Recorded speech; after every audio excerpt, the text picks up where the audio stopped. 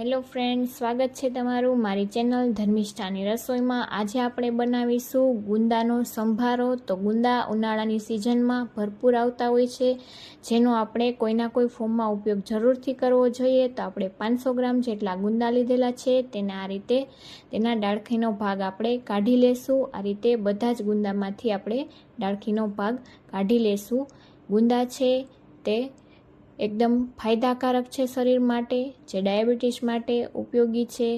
તે ડાયાબિટીસને કંટ્રોલમાં કરે છે, કોલેસ્ટ્રોલને કંટ્રોલમાં કરે છે, જો પાચનની સમસ્યા હોય તો તેને પણ સુધારે છે અને શરીરને ઠંડક તો આપે જ છે। અને કોઈ પણ વા કે સાંધાના દુખાવા હોય તો તેમાં પણ હેલ્પફુલ છે। તો આ રીતે ગુંદા તો જરૂરથી ખાવા જોઈએ। તો આજે આપણે ગુંદાનો સંભારો બનાવીશું, જેને તમે 8 થી 10 દિવસ સુધી ફ્રીજમાં સ્ટોર કરીને ખાઈ શકો છો। તો રોજ બનાવવાની ઝંઝટ પણ નહીં રહે। તો આપણે ગુંદાને બધા જ ઠળિયા કાઢી અને લઈ લીધેલા છે। ત્યારબાદ આપણે તેમાં થોડી કેરી ઉમેરીશું। તો આપણે આ રીતે એક ચીર કેરીની કરીને લીધેલી છે, તેના આપણે ઝીણા ઝીણા ટુકડા કરી લેશું। તો તમે તેનું ખમણ પણ ઝીણું કરીને લઈ શકો છો, ખમણીને પણ। તો આ રીતે કેરી ઉમેરવાથી ગુંદાની જે ચીકાશ છે તે દૂર થઈ જશે। તો આ રીતે આપણે ઝીણી કટકી કરી અને તેને આપણે ગુંદા સાથે ઉમેરીશું। તો આપણે તેને પણ કરીને લઈ લીધેલી છે। હવે આપણે 2 મરચી લીધેલી છે તીખાશ માટે, જેથી આપણો સંભારો છે તે એકદમ સરસ તીખો પણ બને। તેના માટે આપણે મરચીને પણ સુધારી લેશું। તો 2 મરચીને આપણે સુધારીને લઈ લેશું, જેથી વધારે પડતો કોઈ તીખાશ માટે મસાલો નાખવાની જરૂર નહીં પડે। આ મરચીથી જ આપણા સંભારામાં તીખાશ આવી જશે। તો આ રીતે આપણે 2 મરચીને સુધારીને લઈ લીધેલી છે। હવે આપણે વઘાર માટે 4 મોટી ચમચી જેટલું તેલ ઉમેરી દઈશું। આ સંભારાને આપણે તેલનું પ્રમાણ વધારે જ રાખીશું, જેથી કરીને આપણે તેને સ્ટોર કરી શકાય।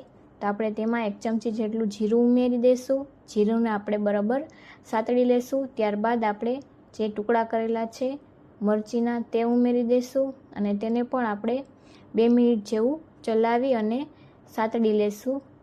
તો આ રીતે ઝટપટથી આપણો સંભારો બનીને તૈયાર પણ થઈ જશે અને તેને સ્ટોર પણ કરી શકાશે, જેથી કરીને રોજ બનાવવાની ઝંઝટ પણ નહીં રહે।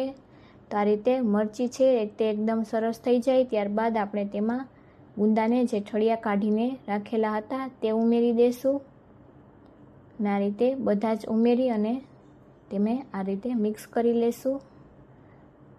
તો આ ગુંદાનો સંભારો છે તે ખાવામાં ખૂબ જ ટેસ્ટી લાગશે અને તમારે રોજ બનાવવાની ઝંઝટ પણ નહીં રહે। તો તમે પણ આ રીતે એકવાર જરૂરથી બનાવીને ટ્રાય કરજો।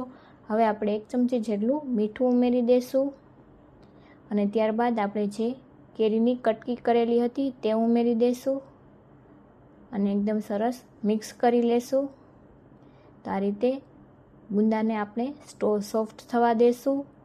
તો કેરી ઉમેરવાથી એકદમ તેની ચીકાશ છે તે દૂર થવા લાગશે। તો આ રીતે આપણે તેને મિક્સ કરી લેશું। ત્યારબાદ આપણે તેને ઢાંકીને થવા દેશું। તો સોફ્ટ થાય ત્યાં સુધી આપણે તેને ઢાંકીને થવા દેશું સ્લો ગેસની ફ્લેમ પર। ત્યાં સુધીમાં આપણે મસાલો કરવા માટે 2 ચમચી જેટલા આપણે રાઈના કુરિયા ઉમેરી દઈશું, 2 ચમચી જેટલા મેથીના કુરિયા ઉમેરી દઈશું। ત્યારબાદ ચપટી જેટલી હિંગ ઉમેરી દઈશું, 1/2 ચમચી જેટલી હળદર ઉમેરી દઈશું અને કસૂરી મેથી 1 મોટી ચમચી જેટલી ઉમેરી દઈશું અને બધી જ વસ્તુને એકદમ સરસ મિક્સ કરી લઈશું અને ત્યાં સુધીમાં આપણા ગુંદા છે તે એકદમ સરસ સોફ્ટ થઈને તૈયાર થઈ જશે।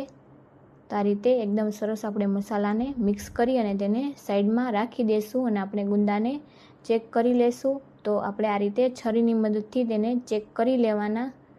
તો એકદમ સરસ આપણા ગુંદા છે તે સોફ્ટ થઈ જાય ત્યારબાદ આપણે તેમાં ચણાનો લોટ ઉમેરીશું। તો 2 મોટી ચમચી જેટલો આપણે ચણાનો લોટ લીધેલો છે તે ઉમેરી દઈશું અને તેને મિક્સ કરી લેશું, જેથી થોડી ઘણી પણ ચીકાશ છે તે દૂર થઈ જશે અને આપણે ચણાનો લોટ છે તે શેકીને ઉમેરવાની જરૂર નહીં પડે। આ રીતે તેલમાં તેને ચલાવતા રહેશી એટલે એકદમ સરસ શેકાઈ જ જશે। તો આ રીતે આપણે સતત ચલાવતા રહી સ્લો ગેસની ફ્લેમ પર અને તેને મિક્સ કરી લેશી, જેથી કરીને તેની જે કચાશ છે તે દૂર થઈ જાય અને એકદમ સરસ લોટ છે તે આપણો ગુંદા સાથે કોટ થઈ જાય. તો તમારે આ રીતે મિક્સ કરી અને તેને ચલાવી અને તમે તેને ક્રિસ્પી જો વધારે કરવું હોય તો તમારે થોડી વાર વધારે માટે તેને થવા દેવાનો. અને જો તમારે વધારે ક્રિસ્પી ન કરવો હોય તો તમારે મસાલા અને બધી જ વસ્તુ મિક્સ થઈ જાય ત્યારબાદ તેને લઈ લેવાનો પ્લેટમાં. તો આ રીતે આપણે ચણાનો લોટ શેકી લીધો છે. હવે આપણે તેમાં જે તૈયાર કરેલો મસાલો છે તેને ઉમેરી દઈશું અને આ રીતે બધી જ વસ્તુને ચલાવી અને મિક્સ કરી લેશું. તો તમે એકવાર જો આ રીતે ટ્રાય ન કરી હોય તો આ રીતે એકવાર જરૂરથી આ રીતે ગુંદાનો સંભારો બનાવીને ટ્રાય કરજો. તો આ રીતે બધું જ મિક્સ થઈ જાય ત્યારબાદ કલર માટે આપણે 1 ચમચી જેટલો કાશ્મીરી લાલ મરચું પાવડર અને ચટપટો ટેસ્ટ દેવા માટે 1 ચમચી જેટલો આપણે આમચૂર પાવડર ઉમેરી દઈશું અને એકદમ સરસ આપણે મિક્સ કરી લેશું. જો તમારે એકદમ ક્રિસ્પી ન કરવો હોય તો આ જ સમયે તમારે બંધ ગેસની ફ્લેમ કરી અને આપણે સંભારાને નીચે લઈ લેવો. પરંતુ અમારા ઘરમાં થોડો વધારે ક્રિસ્પી ખવાય છે, જેથી આપણે મિક્સ કરી અને તેને થોડીવાર માટે હજુ ઢાંકી અને થવા દેસી, જેથી કરીને એકદમ ક્રિસ્પી બનીને તૈયાર થઈ જાય. તો આ રીતનો આપણો ક્રિસ્પી એવો સંભારો છે તે બનીને તૈયાર થઈ ગયો છે. હવે આપણે તેને ઠરે ત્યારબાદ આ રીતે બાઉલમાં લઈ લેશું અને તમે તેને એરટાઇટ કન્ટેનરમાં ભરી અને ફ્રીજમાં પણ સ્ટોર કરી શકો છો. વિડીયો ગમ્યો હોય તો લાઈક કરજો, શેર કરજો, ચેનલને સબસ્ક્રાઈબ કરજો.